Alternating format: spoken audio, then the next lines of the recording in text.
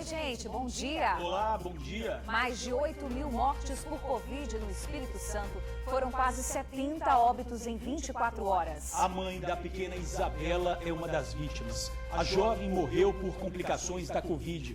O marido foi entubado. O bebê segue se recuperando numa UTI para crianças. A esperança de viver sem as complicações da doença. Começou a imunização de pessoas acima de 60 anos. O TN1 mostra o agendamento da vacinação contra o coronavírus. E ainda, tão jovem, mas já amadureceu no crime. O bandido botou uma máscara de idoso e assaltou uma joalheria, mas o disfarce durou pouco. Operação no bairro da Penha, em Vitória. No alvo da polícia, roubos, tráfico de drogas. E como de costume, os criminosos sinalizaram com o foguetório a chegada dos policiais. Auxílio emergencial. Nascidos em fevereiro recebem hoje parcelas que podem chegar a R$ 350. Festa da Penha online. Logo mais tem missa do Oitavaro. E amanhã, a tradicional Romaria das Famílias, que vai percorrer vários bairros. A despedida ao Frei Luiz Flávio, vítima da Covid. O arcebispo de Vitória celebrou no Convento da Penha a missa em homenagem ao religioso. Sextou do bem. Um amigo convidou um amigo que chamou outro amigo e assim nasceu uma corrente de solidariedade que sai por aí distribuindo alimentos a quem precisa. É mais uma iniciativa linda que o TN tem o maior prazer de apresentar para você. Vem com a gente, o TN1 já volta.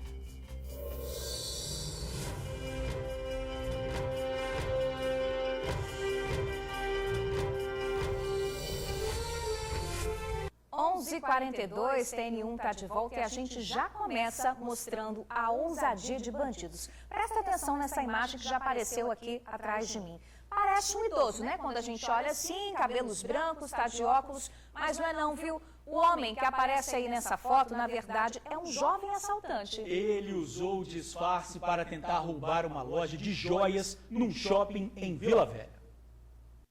A imagem da câmera de vídeo monitoramento mostra o momento em que o suspeito fantasiado de idoso está saindo da joalheria. Ele e um comparsa de 17 anos tentaram roubar a loja que fica dentro de um shopping na Praia da Costa, em Vila Velha. A ação, que aconteceu no início da tarde desta quinta-feira, chamou a atenção dos seguranças que acionaram a polícia. A segurança do shopping verificou, através das câmeras, uma movimentação estranha, numa joalheria, e fez contato através do nosso grupo de WhatsApp de Comércio Seguro. E imediatamente a gente mandou viaturas para o local para verificar a situação. A dupla, que estava armada com um revólver calibre 38, tentou roubar cordões de ouro. A PM foi até o shopping e cercou as saídas. O adolescente, que estava vestido normalmente, foi apreendido pelos seguranças e entregue aos militares. O homem que estava fantasiado conseguiu fugir. Ele desceu até o estacionamento, se livrou da máscara, das roupas e também do revólver. Como ninguém sabia quem ele era, o suspeito conseguiu passar despercebido. Um dos indivíduos foi detido e o outro, como ele estava fantasiado, as características que a gente tinha eram de roupas, de alguma vestimenta, e ele conseguiu tirar essa vestimenta, tirar a máscara e conseguiu fugir. A ação criminosa acabou não dando certo para os bandidos e nada foi roubado da joalheria. De acordo com a polícia, o caso, que chamou a atenção até dos militares, não é comum na Grande Vitória. Chama atenção, não é uma prática muito utilizada aqui na Grande Vitória. Eu, particularmente, eu não vi ainda. E está mostrando cada vez mais ousadia. E como tem muitas câmeras de vigilância no shopping, provavelmente eles usaram isso para dissuadir aí a identificação. O adolescente foi conduzido à Delegacia Regional de Vila Velha. Muita cara de pau, né? E detalhe que a polícia só descobriu por conta da movimentação estranha do alerta dos seguranças. Até então, ninguém tinha desconfiado que, na verdade, ele era um jovem, não um idoso.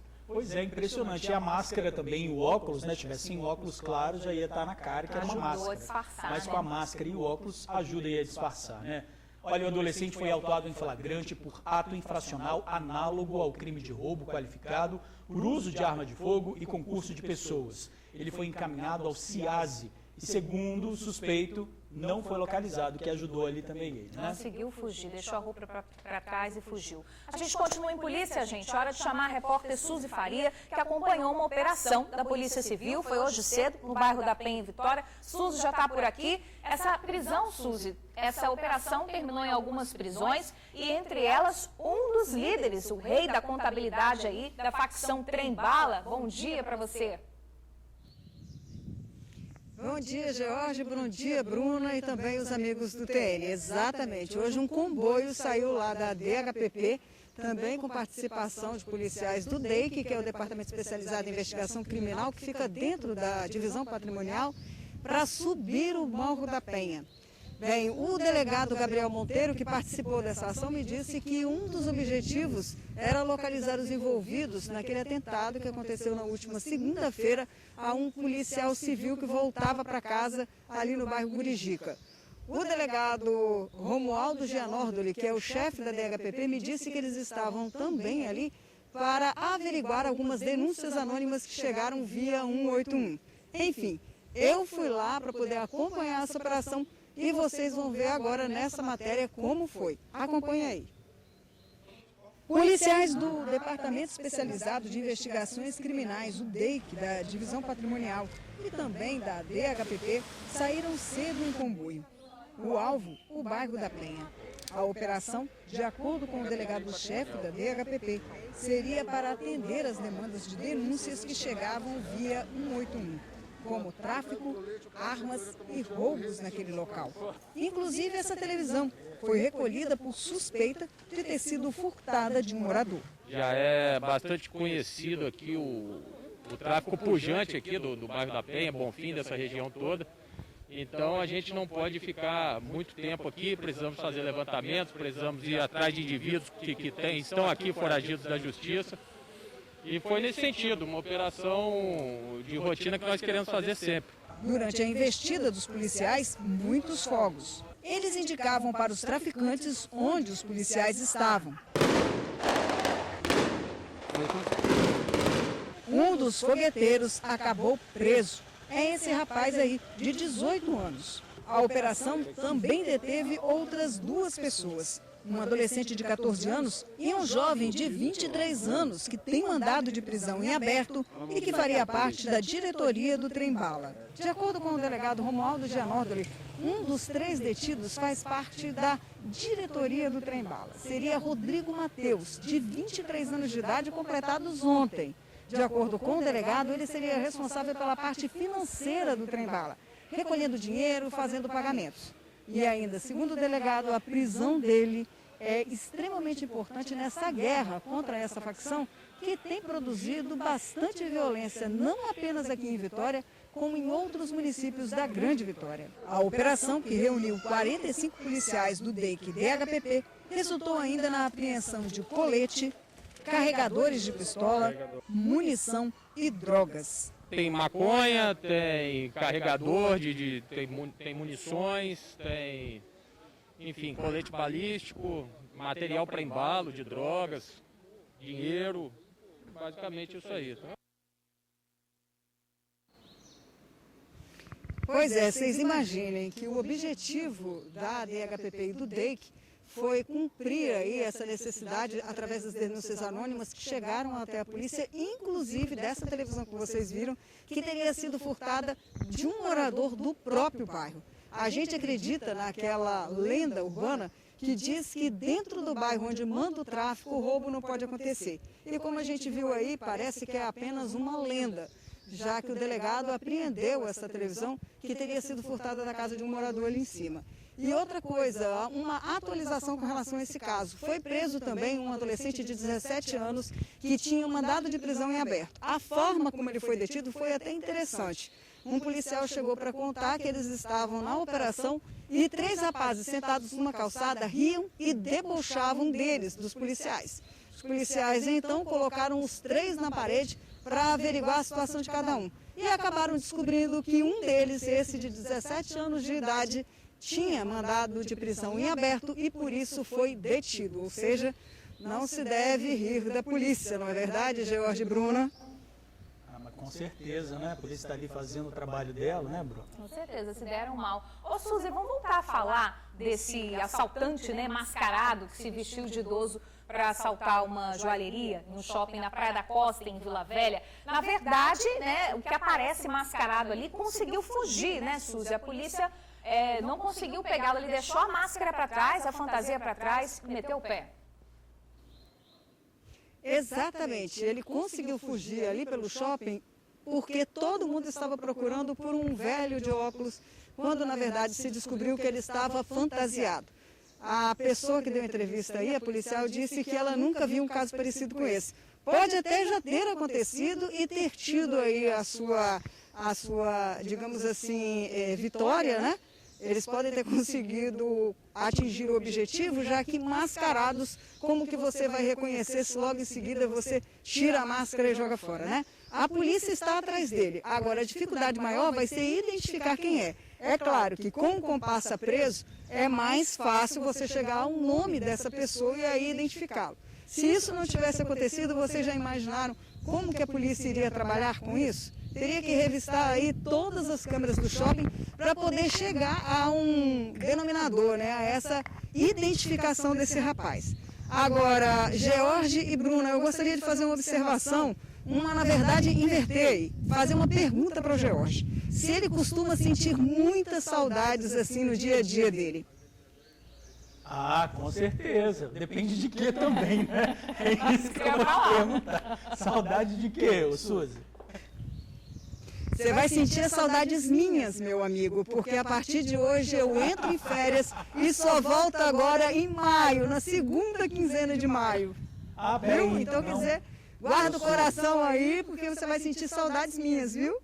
Pois é, mas olha só, estou recebendo uma informação agora aqui da Janine, que ela falou que você não vai poder sair segunda-feira, não. É bem sério isso, tá? Ah, sim, ela já me falou que eu posso sair a partir de amanhã. Então tá tranquilo, assim, que esquenta não. Já sei. Você tá muito engraçadinha, né? Agora você tá mais engraçadinha ainda porque você tá com essa máscara da Rede Tribuna, né? Não trouxe nenhuma. Como é que é essa situação aí? Toda arrumadinha hoje só porque é o último dia de trabalho? Pois é, a empresa preocupada aí com a nossa segurança com relação ao coronavírus distribuiu essa máscara que nos identifica, mas que ao mesmo tempo nos protege aqui nas matérias que a gente tem que fazer no dia a dia. E por que não, né? Nós estamos aí também nessa frente de batalha lutando para que essa situação termine logo, né, meu amigo? Para que a vacina chegue para todo mundo imunizado, mas ainda com todos os cuidados necessários. Isso aí, Suzy. Olha, muito obrigado pela sua participação. Aproveite as suas férias. Vamos ficar com saudades, esperando aí o seu retorno, tá bom? Bom descanso, Suzy. Merecido. Tchau, tchau. Olha, gente, vamos falar de Covid agora. Mãe e 3 filhos morreram de Covid em 2 semanas no norte do estado. Os irmãos Marilda da Mota, Pedro Pio da Mota, Maria Aparecida Mota e a mãe, Dona Iraci Pereira da Mota, de 91 anos, morreram no intervalo de 2 semanas. O filho de uma das vítimas, o autônomo Tony Pereira da Mota, de 44 anos, disse que a primeira a ficar doente foi a avó, que morreu no dia 25 de março, dia do aniversário dela e sem conseguir uma vaga na UTI.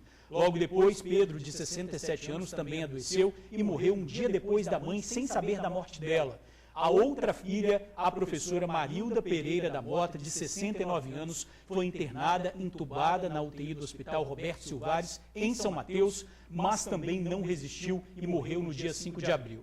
A última a morrer foi a também professora Maria Aparecida Mota do Livramento, de 63 anos, na madrugada desta quinta-feira. Uma outra irmã, Hildebranda Pereira da Mota, também chegou a ficar doente, mas ao ser liberada e chegar em casa e não ver a mãe e o irmão, passou mal e precisou ser internada novamente. Lamentável essa notícia. Olha, gente, um ex-vereador da Serra morreu vítima da Covid-19. Gildo Gomes estava internado desde o dia 21 de março em um hospital de Cariacica. Durante a internação, ele precisou ser entubado. O estado de saúde do ex-parlamentar piorou e ele acabou não resistindo às complicações. Gildo Gomes foi vereador da Serra por 2 mandatos entre os anos de 1997 e 2004. Atualmente, era presidente do Sindicato dos Servidores da Assembleia Legislativa do Estado. O deputado Eric Musso, que é presidente da casa, publicou uma nota lamentando a morte e pedindo urgência nas vacinas. Gildo é irmão do deputado Gilson Gomes. Familiares também prestaram homenagens nas redes sociais. E fica aí, então, a nossa solidariedade e nosso abraço carinhoso aos capixabas que perderam um parente, um amigo, alguém conhecido, querido, nesse momento tão difícil. O Estado, gente, ultrapassou a triste marca dos 8.000 mortos pela Covid-19. Vamos ver aí na tela, vamos acompanhar os números atualizados. São 8.016 pessoas que não resistiram à doença. Em 24 horas, 69 famílias choraram a dor de perder um parente. Mais de 2.600 novos casos foram confirmados. 398.573 pacientes testaram positivo para o coronavírus. E vamos ver então, Bruna, como é que está a ocupação de leitos de UTI hoje aqui no estado? Vamos ver aí, ó. Nós estamos com 93%, né, no estado inteiro. Na região metropolitana, olha, é o maior número, ou se não um dos maiores números até agora. 97,37%. 650 vagas, isso com ampliação. E nós temos 609 ocupados. No sul, 88, na região central, 89, no norte, 84. Ontem, né, estavam todos acima de 90 e agora a gente já vê aí uma marca abaixo de 90. Em relação aos leitos de enfermaria, 80% de ocupação em todo o estado, na região metropolitana 82%, grande vitória, claro, no sul 75%, na região central 70%, no norte 84%. Ontem a gente ouviu, né, a Etel Maciel, que explicou exatamente essa redução, que ela disse que já pode ser uma tendência dessas medidas que o governo do estado teve, mas é claro, é preciso esperar. E já o número de UTI, né, por conta das internações anteriores, esse número demora um pouco a diminuir também. A gente vê como é que esses números refletem também nos óbitos, né? Vila Velha, Jorge, foi o primeiro município aqui da região metropolitana a ultrapassar os 1.000 óbitos pela Covid-19. A gente está vendo aí na tela, a região metropolitana está com taxa de ocupação das enfermarias de mais de 82%, a taxa de UTI também não está das melhores, e olha como isso reflete nos óbitos, né? 97%, quase 100%. E olha, gente, esses números são pessoas, e o impacto dessa pandemia é sem precedentes. A gente vai contar agora a história da família Fairik. O sorriso da pequena Isabela, de apenas 12 dias, é o que mantém a família Fairik de pé. Com certeza é. Aquela cena foi assim, ajudou muita gente, né? Até eu passando o vídeo para toda a família, nossa, foi uma coisa assim, um calento, né? Para nós, foi muito bom. A neném nasceu prematura, de 7 meses. Internada na UTIM, ela luta e se fortalece a cada dia até poder ir para casa. Isabela nasceu no dia 27 de março. Foi um parto de urgência. A mãe, Caroline Fairik, de 27 anos, teve complicações ao ser infectada pela Covid-19. A médica que estava atendendo ela falou para ela, né, e que ela estava com pouco líquido, tá? Estava com pouco líquido, que era necessário que fizesse essa cesárea. Então, a gente plenamente concordou, tá? E graças a Deus, a gente conseguiu salvar a Bela, né? Depois do parto, o seu Valmir chegou a mostrar à filha uma foto da neném na UTIM. A menina testou negativo para a Covid e, por isso, a mãe não pôde segurá-la. Dias depois, Carol teve uma parada cardíaca e não resistiu. Foi um chute na minha cara.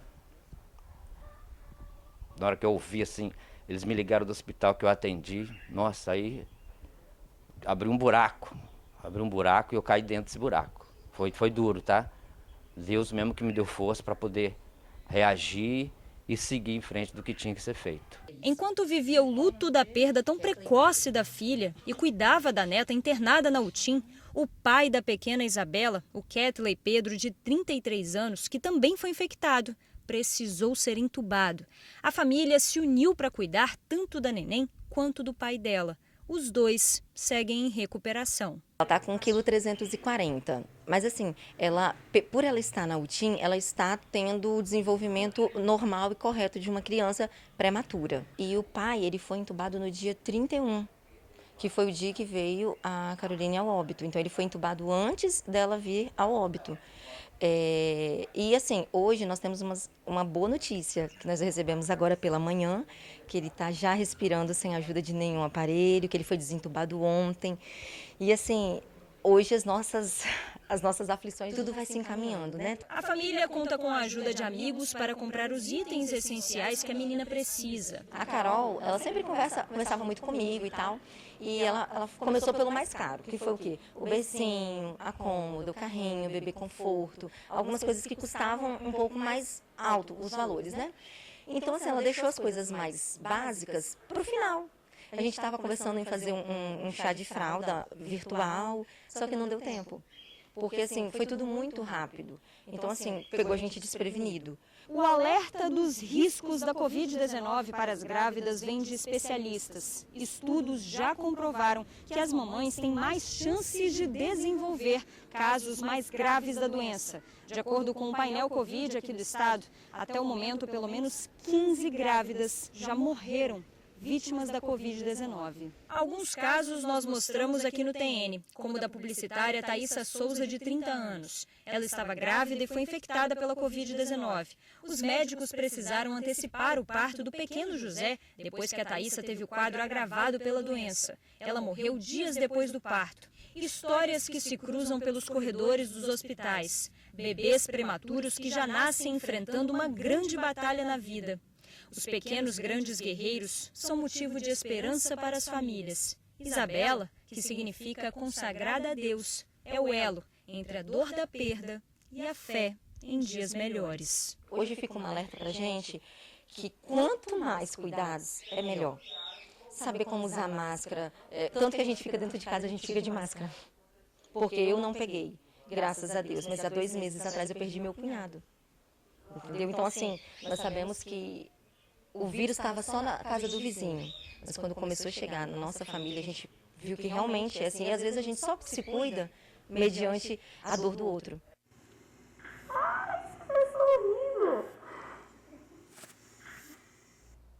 Sopro de esperança de vida, né, gente? Lindo sorriso. Olha, só uma correção, gente. A Tatiana é a tia da Carol, né, que infelizmente morreu ao dar à luz a pequena Isabela, tá? Mais uma história aí triste nesse momento de pandemia, difícil, não é mesmo? A Vanessa Calmon, ela está ao vivo e traz mais informações sobre o coronavírus no Espírito Santo. Olá, Vanessa, boa tarde para você.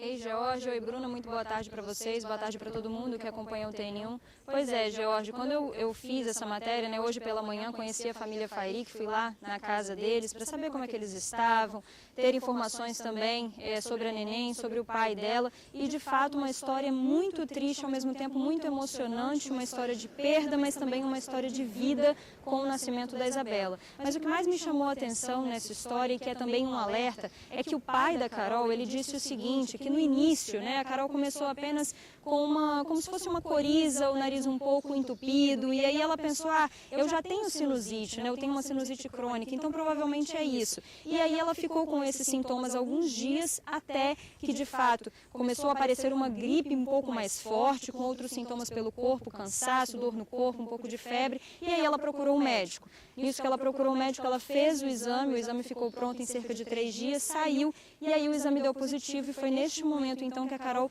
se preocupou, ficou muito preocupada quando ela viu que tinha dado positivo para a Covid-19. E infelizmente a doença evoluiu muito rápido, ela ainda dentro de casa, né, ela começou a sentir os sintomas de uma forma mais grave, e aí ela teve que ser levada ao hospital, lá ela já ficou internada, e o marido dela, né, o pai da Isabela, também precisou de internação, graças a Deus agora, nesse momento. A neném, ela está na UTI, mas está evoluindo bem, está pesando 1,3 kg, está ainda se alimentando através de sonda, precisa de um pouco mais de cuidados, afinal de contas ela é uma bebê prematura, nasceu de 7 meses, mas ela está evoluindo muito bem, e o pai dela também. A informação que eles tiveram hoje, como vocês acompanharam na matéria, a Tatiana contou que a ligação do boletim médico do pai é de que ele já está na enfermaria, ele respira sem a ajuda de aparelhos, então a gente deseja a essa família muito amor, que de fato o nascimento da Isabela seja como um sopro de vida e que acalente o coração de cada um para passar por esse momento tão difícil. Bom, gente, agora a gente fala um pouquinho sobre vacinação, porque ontem chegaram ao estado mais de 84 mil doses da vacina e começou então a distribuição dessas vacinas para os municípios. Ontem mesmo, o município de Vila Velha começou o agendamento para a vacinação dos idosos acima de 60 anos. Inclusive, isso provocou quase um congestionamento no site lá da Prefeitura de Vila Velha, né, para fazer o agendamento. Muitas pessoas acessaram ao mesmo tempo, tiveram dificuldade até de fazer o agendamento e as vagas já se esgotaram. Mas quem conseguiu fazer o agendamento já começou a ser vacinado hoje mesmo. Quem acompanhou a vacinação no município de Vila Velha foi o nosso repórter Vitor Zucolotti. Ele preparou uma matéria que você acompanha agora.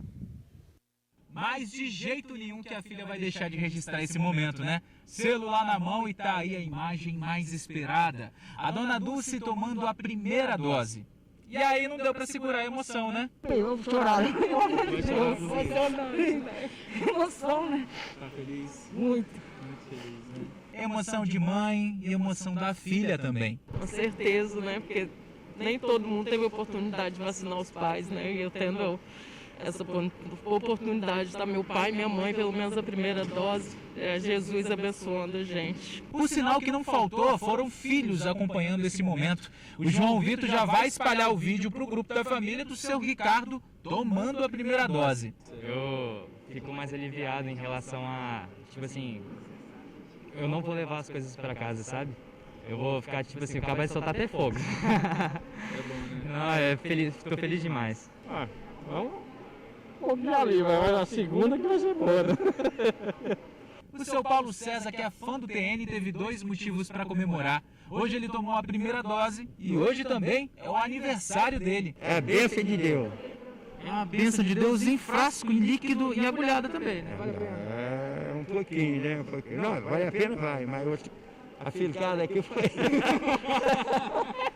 O município de Vila Velha foi o primeiro a abrir agendamento para a faixa etária dos 60 aos 64 anos e por conta disso a procura foi gigantesca. Só para vocês terem uma noção, o site da prefeitura recebeu cerca de 600 mil acessos por minuto.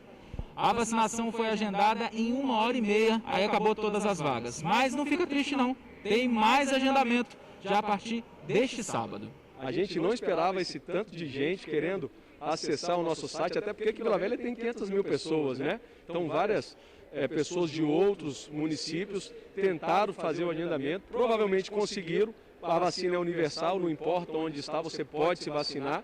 E quem conseguiu se vacinar, quem conseguiu agendar em Vila Velha, pode vir que vai ser bem acolhido, como está observando a organização, a acolhida. E para manter tudo na mais perfeita ordem, sem gerar aglomeração, a dica é chegar no horário marcado. Se você não conseguir fazer o seu agendamento, né, por alguma dificuldade, pode procurar alguma das nossas unidades de saúde, procure o gerente da unidade, que ele vai fazer o seu agendamento. Não fique sem procurar as nossas unidades. Não venha antes, porque senão aí o nosso fluxo está organizado para aquele horário, para aquela quantidade de pessoas. Então, se você venha antes, vai gerar uma aglomeração, e é o que a gente não quer, né? Que a gente está passando por um momento muito difícil. É muito importante esse alerta, viu? Quem fez o agendamento, quem vai se vacinar, é importante ir no seu horário, então, porque se for todo mundo ao mesmo tempo, acaba embolando, acaba gerando aglomeração, e é isso aí, né, gente? É tudo que a gente não quer nesse momento, é aglomeração. A gente vai dar um panorama para você aqui agora, então, de como está a vacinação nos municípios da Grande Vitória, para você saber se já pode fazer o agendamento. Olha só, Vitória, na capital, começa o agendamento online para os idosos acima de 60 anos hoje, às 3 da tarde. E a vacinação começa amanhã em 8 unidades de saúde. O agendamento é feito pelo site lá da Prefeitura de Vitória, agendamento.vitória.es.gov.br. O município de Vila Velha, como você viu aí na matéria, abriu o agendamento ontem, acabou acabando, né? Acabaram todas as vagas aí para a vacinação que acontece hoje, mas o Vitor falou aí na matéria dele que o agendamento reabre amanhã. Então fique atento também, entre no site de Vila Velha a partir de amanhã, você que ainda não conseguiu fazer o agendamento. A vacinação de quem já agendou acontece hoje e amanhã.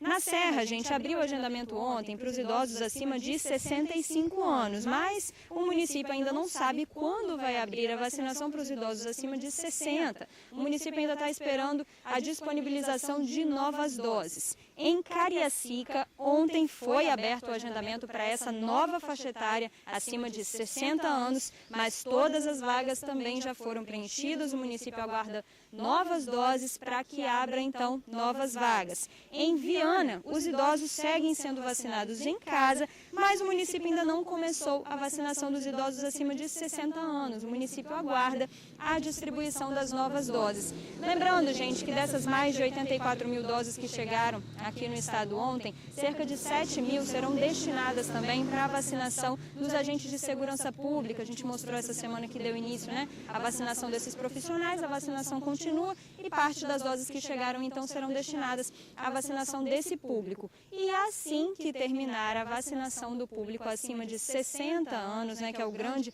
público prioritário, grande grupo prioritário desse primeiro momento da vacinação, o Estado vai dar início também à vacinação de pessoas acima de 18 anos que tenham comorbidades. Então é importante também você ficar atento. Os professores também, logo em seguida, agora dos profissionais de segurança pública, começam também a vacinação, a previsão a partir do dia 15. Bom, gente, agora eu falo um pouquinho sobre a coletiva de imprensa que a Secretaria de Estado da Saúde deu agora há pouco, falando sobre o panorama da Covid-19 aqui no nosso estado. Primeiramente, o secretário de Saúde, Nésio Fernandes, lamentou o marco, né, o triste marco de 8 mil mortos que nós chegamos aqui no nosso estado. A gente lembra que durante essa semana tivemos diversos recordes em 24 horas, muito triste essa nossa realidade. Tivemos um dia de 110 mortes em apenas um dia.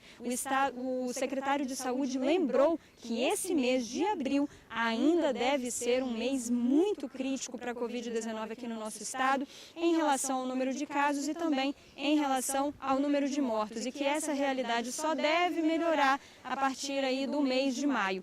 O secretário ainda falou, gente, sobre a questão dos fura-filas, tá? Aquelas pessoas que estão furando a fila aí da vacinação, que estão tomando a vacina antes da data em que podem tomar.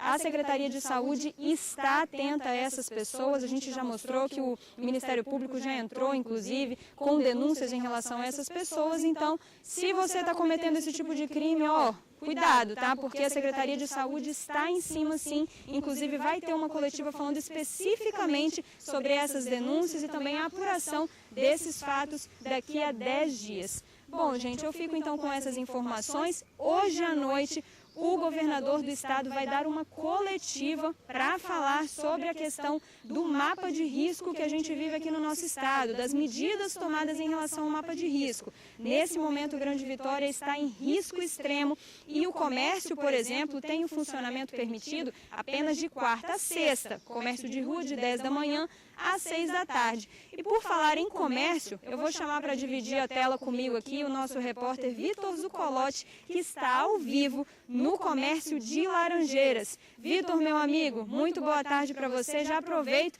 para te perguntar como é que está a movimentação aí no comércio, como é que foi durante esses 3 dias para os comerciantes. Será que deu para eles respirarem um pouquinho do prejuízo desses últimos dias fechados? Ei, Vanessa, boa tarde para você, boa tarde a todos que acompanham o TN1. Estou aqui mesmo na Avenida Central, em Laranjeiras. Sai um pouco da imagem para mostrar para vocês como é que está a movimentação. Movimentação está tranquila, tá? Pelo menos que a gente está vendo aqui. Isso aqui estaria muito cheio de gente, na realidade, se a gente não tivesse aí na situação de risco extremo e também se os ônibus estivessem circulando. Tanto que eu vou pedir para o Bruno mostrar ali a rua para vocês verem, ó, como é que está a situação do trânsito. Tem muito carro circulando, mas tem pouca gente vindo para o comércio. Inclusive eu estou aqui, eu vou chamar a Alcione. E Alcione, chega aqui rapidinho. A Alcione, gente, ela é vendedora. Alcione, nesses 3 dias, quarta, quinta e agora sexta-feira, como é que foram as vendas? Deu para dar uma recuperada pelo tempo que ficou fechado? Deu para dar um pouquinho. O primeiro dia foi bom, ontem foi mais ou menos e hoje está até melhor. Porque também no fato de não abrir amanhã, né, o pessoal já está vindo hoje, já antecipando as compras, né? Entendi. Então a expectativa hoje até às 18 horas ainda está a loja aberta? Está com a loja aberta até às 18 horas, a expectativa hoje é vender bem, né? Para recuperar esses dias que a gente está ficando fechado. Pois é, eu falei que a circulação aqui está até tranquila, porque os ônibus não estão circulando, né? Não está circulando, tem muito movimento de carro e a calçada pode olhar que está tranquila, as lojas também estão tranquilas, todo mundo está de máscara, né, se prevenindo, né? O pessoal está respeitando as normas. Está respeitando as normas direitinho. Alcione, obrigado. Boas vendas aí para você. Alcione Vicente, vendedora aqui dessa loja de roupas infantis. A movimentação, como ela falou, o primeiro dia foi bom, a expectativa agora para essa sexta-feira, que é o último dia de comércio aberto, né, na Grande Vitória, e em locais com medidas, no caso que está classificado em risco extremo nesse mapa de risco, né, que leva em consideração a matriz de risco aí, contando com a média móvel de mortes e também da ocupação de leitos, que como você já viu aí, leitos de UTI ainda está ultrapassando os 90%. Eu tive aqui desde o início do jornal, estava observando algumas pessoas circulando e pelo menos 5 pessoas desde o início do jornal circulando, pelo menos 5 pessoas eu vi que estavam sem máscara. Se não estava com a máscara, estava com ela na mão, usando ela como bolsa, mas a gente sabe que o importante é utilizar no rosto, gente. E a expectativa mesmo fica com o anúncio do governador para saber como é que vai ficar a situação, principalmente do transporte coletivo. Será que vai ter alguma alteração agora, a partir da próxima segunda-feira? Os ônibus eles continuam circulando só para os serviços essenciais, no caso, né, profissionais da saúde, farmácia, clínicas, para esses funcionários, ele continua funcionando, os ônibus, até este domingo. E a partir de segunda-feira, como é que fica a situação? É isso mesmo que os lojistas querem saber, a expectativa também das pessoas, dos trabalhadores, é com relação ao transporte coletivo. E um detalhe, a gente está, né, a Grande Vitória, falando da Grande Vitória, né, no risco extremo, e essa medida ela pode perdurar, né, segundo o governo do estado, por 14 dias. Então a expectativa é que essa semana que vai começar ainda, a gente se mantenha nesse nível, né, nessa cor no mapa, que um corvinho meio roxo em risco extremo. Mas isso, é claro, a gente vai ficar sabendo aí nas próximas horas. Mas é isso, aqui em Laranjeiras, o pessoal, algumas pessoas, a maioria respeitando sim os protocolos, utilizando máscara, a gente não está vendo grandes aglomerações, algumas pessoas ainda, como vocês podem ver ali, esquecendo da máscara, né? Mas o ideal é isso, gente, se for sair por extrema necessidade, se protegendo, indo a locais também onde você também deve se proteger e o próprio estabelecimento está seguindo todas as normas sanitárias. Vamos ficar no aguardo. Por enquanto, esses 3 dias aí, pelo menos como a Alcione disse pra gente, foi tranquilo, o comércio deu uma reacendida e a gente vai ficar no aguardo mesmo das novas medidas. Essas as informações, continuo aqui na Avenida Central de Laranjeiras, perdão. Bruno continua mostrando as imagens da movimentação, que para uma sexta-feira, no horário do almoço, até que tá bem, tá tranquilo. Agora a gente vai ver quando o transporte voltar. Será que vai ficar assim também? É isso. Bruna, George, eu volto com vocês dois aí no estúdio. Tá certo, Vitor, obrigada pelas informações. As lojas estão todas abertas, bastante movimentação de carro ali na Avenida Central, mas aparentemente as pessoas estão seguindo aí as normas, algumas sem máscara, insistem em desrespeitar, mas a princípio está tudo tranquilo por ali. Obrigada, Vitor. E a grande expectativa é exatamente essa, né, para a volta dos ônibus. Vamos ver o que o governador Renato Casagrande vai decidir junto com o comitê, se esses ônibus voltam ou não a circular a partir de segunda-feira. A expectativa é que volte, né? Vamos aguardar. Olha, gente, a Caixa paga hoje o auxílio emergencial a nascidos em fevereiro. O benefício tem parcelas que variam de R$ 150 e R$ 375. O dinheiro será depositado nas contas poupança digitais e poderá ser movimentado pelo aplicativo Caixa Tem. Apenas no mês que vem o dinheiro poderá ser sacado em espécie e transferido para a conta corrente. O auxílio será pago apenas para quem recebeu o benefício em dezembro de 2020. Os beneficiários do Bolsa Família começam a receber no dia 16, próxima sexta-feira. Agora a gente fala de obras de proteção e ciclovia na terceira ponte. Os trabalhos começam ainda este mês. De acordo com a Secretaria de Mobilidade e Infraestrutura, o serviço não vai interferir no trânsito porque será usado um novo sistema, uma espécie de andaime suspenso que será instalado embaixo da terceira ponte e que vai permitir a construção da ciclovia, da barreira de proteção para evitar suicídios, além da ampliação da ponte. A capacidade de trânsito vai aumentar em 40%. A ponte terá 3 faixas em cada sentido. Uma grade anti-escalada será anexada à estrutura com altura de 3 metros. As pistas laterais serão mais largas e de uso exclusivo de transporte público. A seguir, a gente volta a falar sobre a Covid-19 no estado. A primeira semana de abril registrou um aumento de 230% em relação ao mesmo período no mês passado. Carro de luxo desgovernado invade contramão da pista e bate de frente com uma carreta. Teve recorde de frio no estado. Os termômetros marcaram 10 graus na região serrana. E vamos mostrar o trabalho de jovens que levam alimento e solidariedade a famílias que precisam de ajuda. E na dica do chefe, uma receita simples, prática e deliciosa para esquentar os dias que vão ficar mais frios. Que tal um caldo de mandioca com carne seca? Delícia, hein? Aguarde para conferir. Um acidente envolvendo um Mustang e um caminhão deixou 3 pessoas feridas. A batida aconteceu no centro de Santa Teresa, região serrana do estado. Câmeras mostram o momento em que o carro de luxo entra desgovernado em uma rua e atinge o caminhão de frente. O Mustang era dirigido por uma mulher. Os 2 filhos dela também estavam no veículo. Eles precisaram de atendimento médico e foram socorridos pelo SAMU e passam bem. Nas fotos postadas na internet, é possível ver que o Mustang ficou bastante destruído. O veículo foi comprado um dia antes do acidente por cerca de R$340 mil. Durante a pandemia, muitas pessoas deixaram de procurar o médico para consultas de rotina. Somente a procura por exames que podem identificar doenças como câncer caiu 80%. Perigoso isso, né? Os médicos fazem um alerta. Quanto mais cedo se descobrir, mais chances de fazer um bom tratamento. O medo de sair de casa na pandemia para uma consulta médica pode causar uma grave consequência em casos de suspeita de câncer. Segundo o oncologista Dr. Fernando Zamprogno, houve uma queda de 80% nos exames que detectam a doença no Brasil e também no Espírito Santo. E isso pode levar o paciente à morte. Um diagnóstico tardio oncológico certamente reduz a chance de cura de uma doença tão nefasta.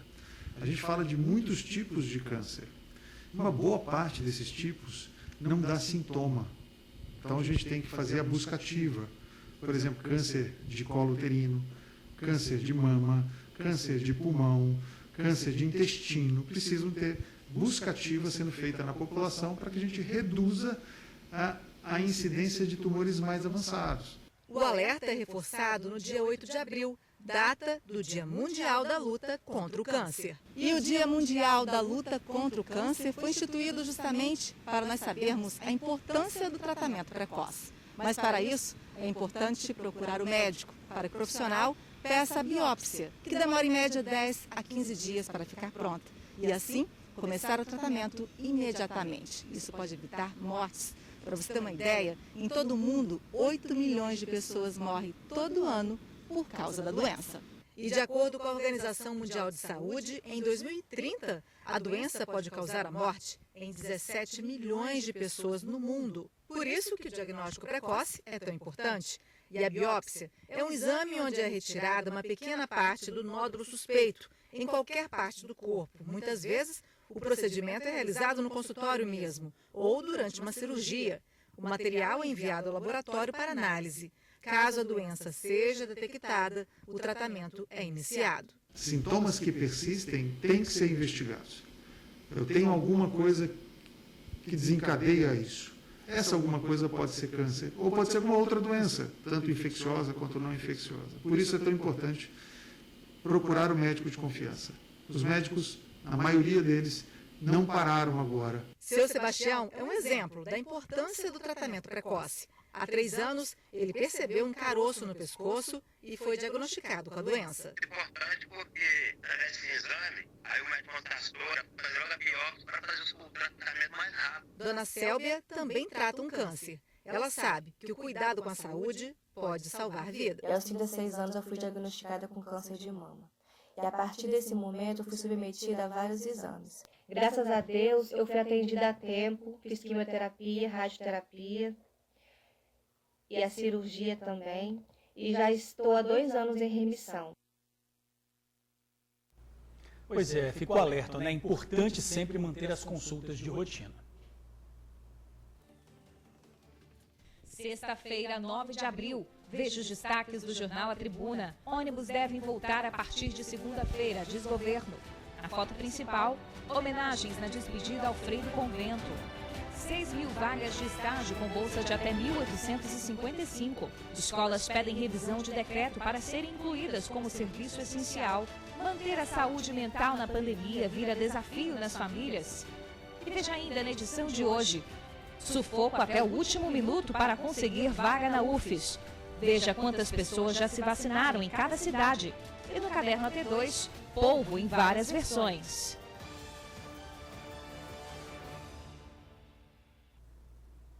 E o número de mortes pela Covid já teve um aumento de 230% esse mês, quando a gente compara com a primeira semana do mês passado. Pois é, gente, em intervalo de 10 dias, um casal perdeu a vida para a doença. É algo para você não pegar, e depois que você pega, é uma roleta russa, o final ninguém sabe. O Marcelo fala isso com propriedade. É porque ele teve coronavírus, sofreu bastante, mas o pior foi que perdeu os pais, que tinham mais de 50 anos de casados para a doença. Tanto o Marcelo quanto a Giovana nunca iam imaginar que o seu Aladim, de 81, e a dona Maria Adelaide, de 72 anos, iriam se contaminar. Sempre ativos, sempre se cuidaram, apesar das enfermidades por decorrer da idade, né? Pressão, diabetes, mas sempre foram extremamente cuidadosos com a saúde, indo com frequência em endocrinologista, cardiologista, sempre se cuidando. Assim que o seu Aladim começou a sentir os primeiros sintomas, em pouco tempo a dona Maria também apresentou os sinais. E não demorou muito para que o Marcelo visse o pai sendo internado numa UTI. A partir daí, a família viveu uma verdadeira montanha-russa, uma angústia dupla. O pai chegou a melhorar, ficou na enfermaria, mas aí piorou, voltou para a UTI. Enquanto isso, a mãe deles piorou, precisou também de um leito intensivo. Minha mãe ficou 3 ou 4 dias na UTI sem estar entubada. E ela mesma conversou com o médico que ela estava se sentindo muito cansada. E falou que ela estava fazendo de tudo e não estava tendo melhora. Ela foi entubada na segunda-feira, salvo engano. E meu pai foi entubado na terça. O seu Aladim não resistiu no final de março. E a dona Maria Adelaide partiu 10 dias depois. A Giovana lembra do momento em que um dos médicos ainda tentou reanimá-la. De repente, o aparelho descompensou. E o doutor João Campanha, ele deu um salto do corredor de onde ele estava e, na mesma hora, começou a reanimação. E toda a equipe que estava naquele momento, a doutora Carolina, os técnicos, fisioterapeuta, fizeram um trabalho lindíssimo. Infelizmente, a tendência é de um aumento de histórias de familiares que vão perder os seus entes por conta do coronavírus. Só para vocês terem uma noção, nos 7 primeiros dias de abril, mais de 300 vidas foram perdidas. No mês passado, no mesmo período, foram pouco mais de 130. Ou seja, houve um aumento de 230% na quantidade de pessoas que morreram por conta da Covid-19 no Espírito Santo. Muitos internados, muitos ainda vão internar e, infelizmente, uma parte importante dessas pessoas está indo e ainda vai a óbito. Mesmo diante da dor, tanto o Marcelo quanto a Giovana, hoje eles ficam com essa imagem aí, ó, dos pais inseparáveis e do legado que os dois deixaram. Hoje somos eu e meu irmão, e nós vamos honrar esse legado que eles deixaram, da retidão do caráter, da caridade, da humildade, da fé, da união familiar, tudo isso. Olha, Vila Velha foi a primeira cidade capixaba a registrar mais de 1.000 mortes por coronavírus e também lidera o número de casos confirmados da doença. A cidade prorrogou o decreto de calamidade e estuda multar quem não usar máscara. O projeto deve ser enviado à Câmara de Vereadores na semana que vem. Nossa esperança é a vacina, né? A gente viu que o Estado recebeu ontem mais de 84.000 doses de vacina contra o coronavírus. Vamos aproveitar, então, para ver como é que está o andamento da imunização aqui no Estado, né? Até agora, 446.889 pessoas conseguiram receber a primeira dose da vacina e 106.323 foram imunizadas com a segunda dose. Tem uma notícia boa, tá? A Serra vai abrir agendamento para vacinação hoje às 4 da tarde, 16 horas. Então fique aí atento para você marcar sua imunização de pessoas com idades acima de 60 anos. E ontem à noite, integrantes de uma igreja se reuniram em frente a um hospital em Itararé, aqui na capital. Cerca de 20 pessoas oraram e cantaram para os pacientes que estão internados no local vítimas da Covid. Mesmo embaixo de chuva, os integrantes da igreja levaram palavras de fé. A iniciativa foi também para mostrar que tanto os internados quanto os familiares e profissionais de saúde que trabalham no hospital não estão sozinhos. Aqui fora, muita gente está solidário ao momento de dor vivido por muitos capixabas. E o TN1 destaca agora a Festa da Penha. Essa noite, gente, acontece mais uma missa do Oitavário. É a 6ª celebração e, como as outras, poderá ser acompanhada pelas redes sociais do convento às 8 da noite, 20 horas. Amanhã tem a tradicional Romaria das Famílias. A imagem de Nossa Senhora vai percorrer vários bairros a partir das 8 da noite. Mas o pedido, sempre lembrando, é que as pessoas acompanhem o cortejo de casa, das varandas, para evitar aglomeração. E ontem, o arcebispo de Vitória, Dom Dario Campos, celebrou uma missa em homenagem ao Frei Luiz Flávio Adame, de 72 anos, que morreu vítima da Covid-19. O religioso estava entubado na UTI de um hospital particular da Serra e não resistiu às complicações da doença. Outros 2 freis continuam internados por causa do coronavírus. Vamos torcer pela recuperação deles. Isso aí. A pandemia multiplicou o número de famílias em situação de extrema pobreza. É gente que não tem o que comer.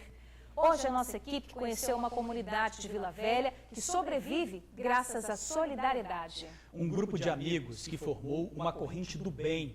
Juntos distribuem alimentos e levam dignidade a quem precisa. E como tem gente precisando, né? Agarra com Deus, que não for Deus na nossa vida.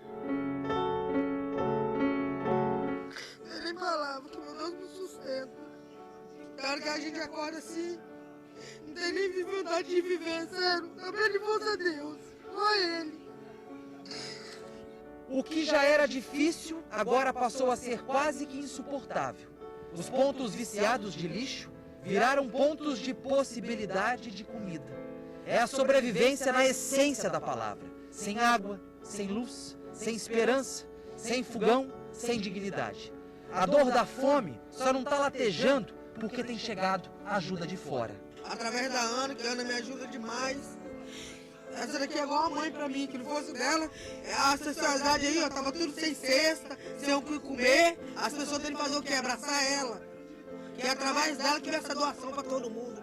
A Giovana mora com o marido e os filhos neste bolsão de pobreza, próximo ao bairro de Jabaeté, a região da Grande Terra Vermelha, em Vila Velha. Um local de extrema pobreza. Não tem passando muita necessidade por causa da ajuda dos voluntários que vêm aqui ajudar.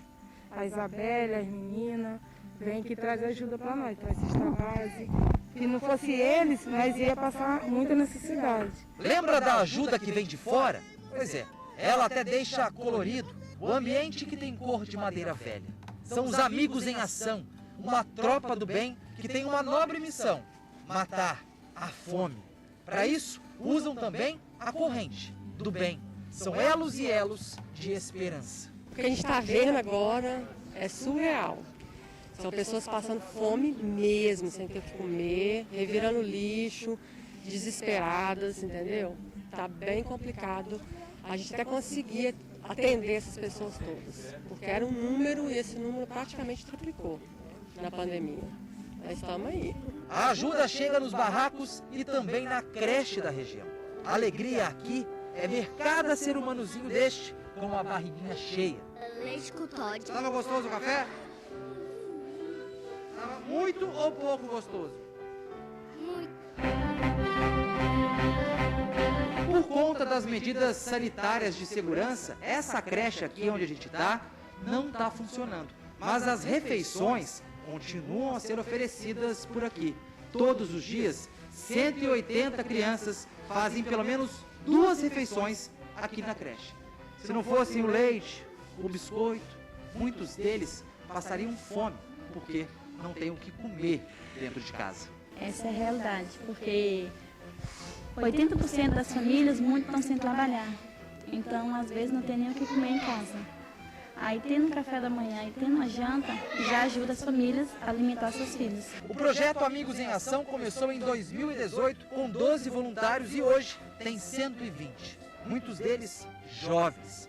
Solidariedade que não pode ter idade, tem que ser de responsabilidade por todo o canto da cidade. Até rimou. Quando você faz o bem, você acha que você muda seu astral como pessoa. Por exemplo, às vezes você tem uma rotina de estudo muito cansativa. Você chega aqui num lugar como esse, você sai muito mais grato, sabe? Com uma energia muito melhor. E o mundo acho que está precisando do bem, né?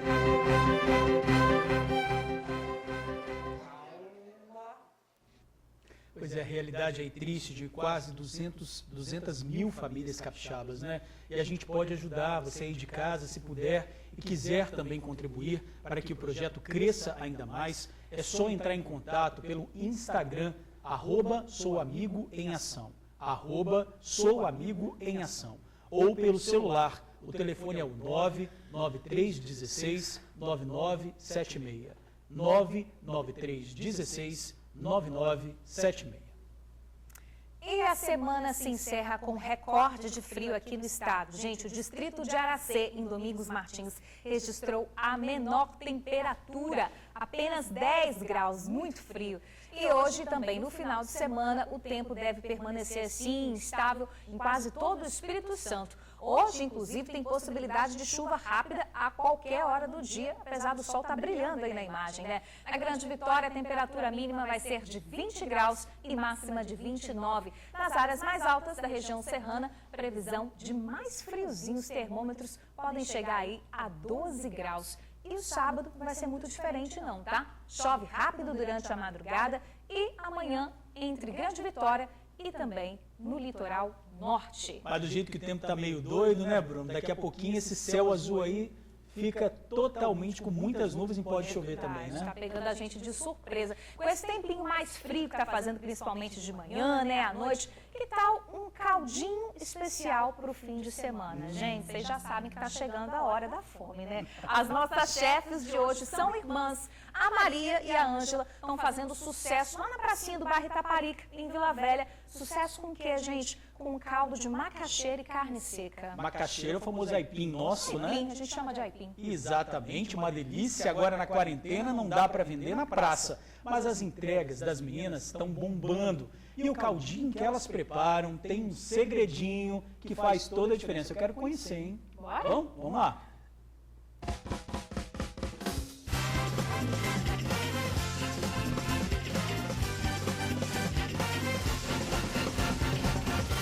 Duas certezas nesta sexta-feira. A primeira que sim, que vai ter dica do chefe. E a outra que nesta cozinha o caldo não entorna. É isso, Ângela? Vira aqui pra falar comigo. Por que o caldo não entorna aqui? Porque é um caldo consistente, gostoso e não dá tempo de entornar.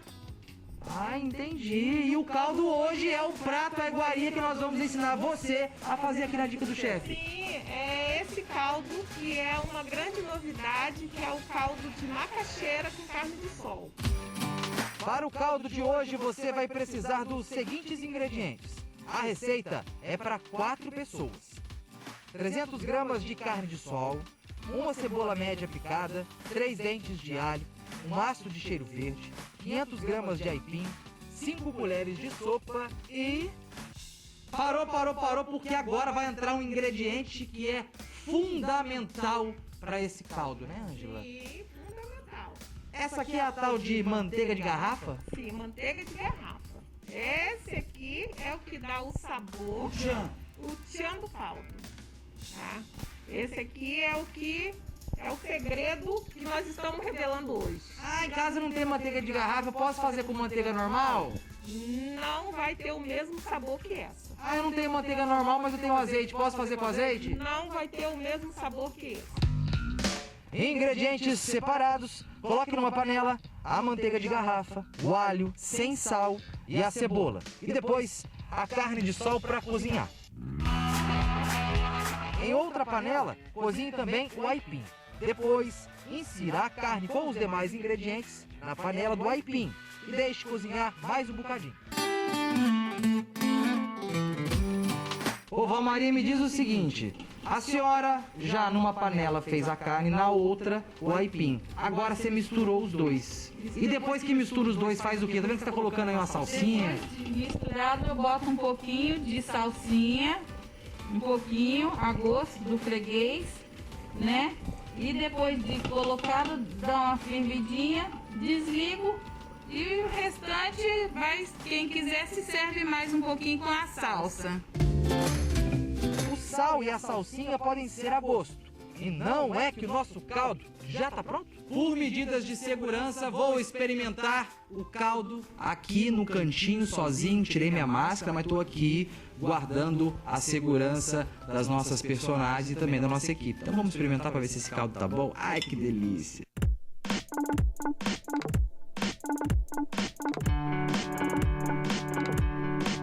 Muito bom, maravilhoso, não era propaganda enganosa. Mas eu queria encerrar essa dica do chefe diferente, porque o caldo é maravilhoso, como eu já experimentei, como a gente viu durante essa reportagem, mas só que o mais importante é encerrar com um pedido de consciência, porque senão o caldo da saúde vai continuar entornando. As meninas vivem do caldo há 16 anos e trabalham na praça de Itaparica. E elas precisam voltar a trabalhar, assim como muitos e muitos empreendedores atingidos em cheio pela pandemia. Cada pronunciamento que assim vem no noticiário, a gente fica muito apreensiva, porque, meu Deus, como será? Porque nós somos pequenos empreendedores, nós vivemos daquilo. Se eu for sair para trabalhar, eu tenho. Se eu não sair, eu não tenho. Porque mesmo que hoje eu comece a trabalhar com entrega, não vai ser a mesma coisa de como se eu estivesse fisicamente no meu local de trabalho. A gente conta muito com a ajuda das pessoas que tenham consciência para que essa pandemia acabe. Faça o correto. O que é o correto? Usar a máscara, o distanciamento, né? Porque se não fizer, gente, não vai matar só quem está morrendo de Covid, não. Vai matar nós, trabalhadores pequenos, porque nós não temos ganho. Nós não temos de onde tirar, a não ser de lá, daquele local.